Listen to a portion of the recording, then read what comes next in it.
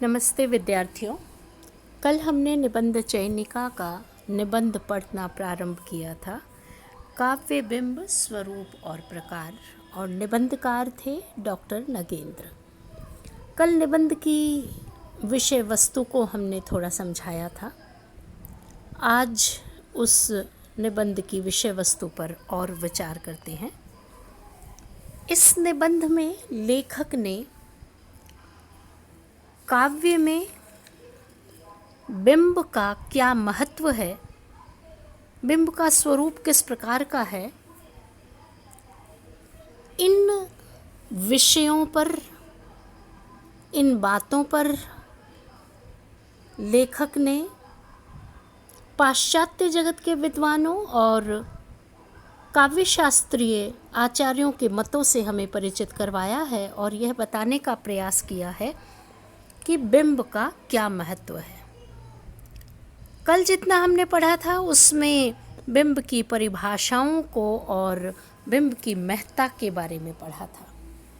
निबंध का विस्तार करते हुए आज विद्यार्थियों आपको समझाएं तो लेखक ने इस निबंध में यह बताने का प्रयास किया है कि कविता में बिंब दो तरह से प्रयुक्त होता है, एक तो मूर्त रूप से और दूसरा अमूर्त रूप से। ऐसा कहा जाता है कि अमूर्त जो रूप होता है वह काव्य में निहित होता है। वे अमूर्त बिंब होते हैं, वे दिखाई नहीं पड़ते, और दूसरी कोटि के जो बिंब हैं वो उद्दीपक पदार्थ की अनुपस्थिति में कल्पना के द्वारा उत्पन्न होते हैं।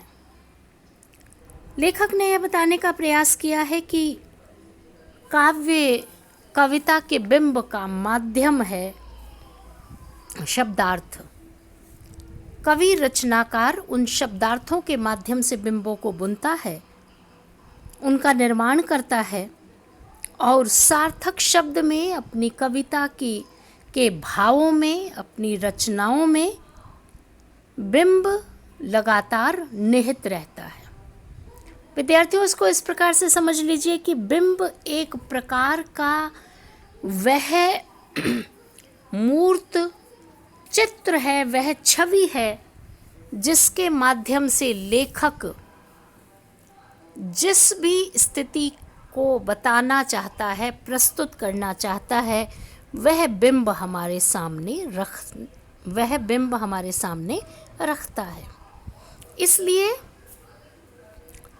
कवि को अपनी भावनाओं को अभिव्यक्त करने के लिए, अपनी कविता में चीज़ों को सजीवता लाने के लिए इन बिंबों को प्रयुक्त करना ही होता है, और फिर जो शब्द हैं वे नए बिंबों से जुड़ जाते हैं और रचनाकार इसमें भाव और कल्पनाओं के साथ अपने विचारों को पूरा करता है। लेखक ने यह कहा है कि संस्कृत साहित्य में लक्षणा और व्यंजना ही इसके उपकरण हैं। सामान्य बिंब और काव्य बिंब में लेखक ने भेद स्पष्ट करते हुए यह बताने का प्रयास किया है कि बिंब का निर्माण सृजनात्मकता के लिए होता है, कल्पना से होता है, और इसके मूल में राग की, प्रेम की, भाव की प्रेरणा अनिवार्यतः रहती है। डॉक्टर नगेंद्र बिंब के बारे में विस्तार से बताते हुए इस निबंध के माध्यम से यह कहना चाहते हैं कि कविता का, रचना का प्रेरक तत्व है भाव, और भाव में बिंब उपस्थित होता है। इसलिए लेखक ने यह कहा है कि भाव के बिना बिंब का अस्तित्व नहीं है, और बिंब भावों के साथ जुड़ा हुआ होता है, जो कल्पना के साथ जुड़ा हुआ है, और कल्पना का प्रयोग रचनाकार, कवि कविता में उस पदार्थ के लिए, उस परिस्थिति के लिए करता है जिसमें वह अपने भावों के साथ जोड़कर उसे और अधिक संप्रेषणीय बनाता है।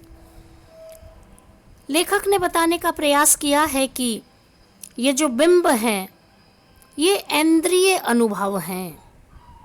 इंद्रिय अनुभव से तात्पर्य विद्यार्थियों कि ये हमारी ज्ञानेंद्रियों में एक प्रकार से वे भाव प्रस्तुत करते हैं जिनको हम पढ़ करके अपने आँखों से उन बिंबों को देख सकते हैं, महसूस कर सकते हैं। लेखक ने यह बताने का प्रयास किया है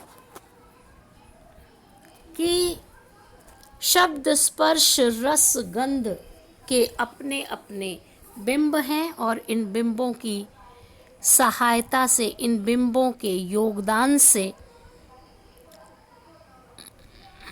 जो सादृश्य का भाव है, जो भाव है, जो मानस पर पड़ता है, उस मानस पर इनका प्रभाव पड़ने के कारण शब्द के माध्यम से वह मूर्त रूप ग्रहण करता है। लेखक ने इस निबंध में काव्य बिंब के साथ समानता और विषमताओं को भी प्रस्तुत किया है और उन्होंने यह कहा है कि संस्कृत साहित्य में, हमारे अपने साहित्य में हम जो शब्द शक्तियों का प्रयोग करते हैं, उन शब्द शक्तियों में जो लक्ष्यार्थ होता है वह भी एक प्रकार का बिंब होता है।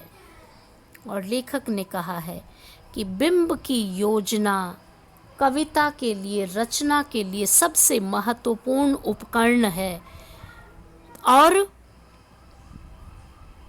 बिंब जहाँ अनिवार्यतः मूर्त होता है वहाँ उतना ही महत्वपूर्ण होता है और उतना ही चमत्कारपूर्ण होता है।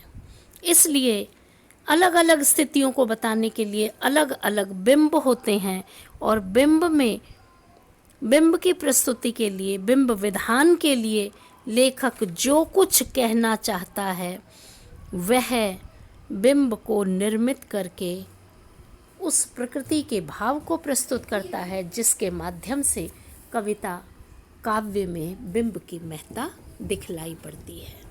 आज विद्यार्थियों इतना ही। धन्यवाद।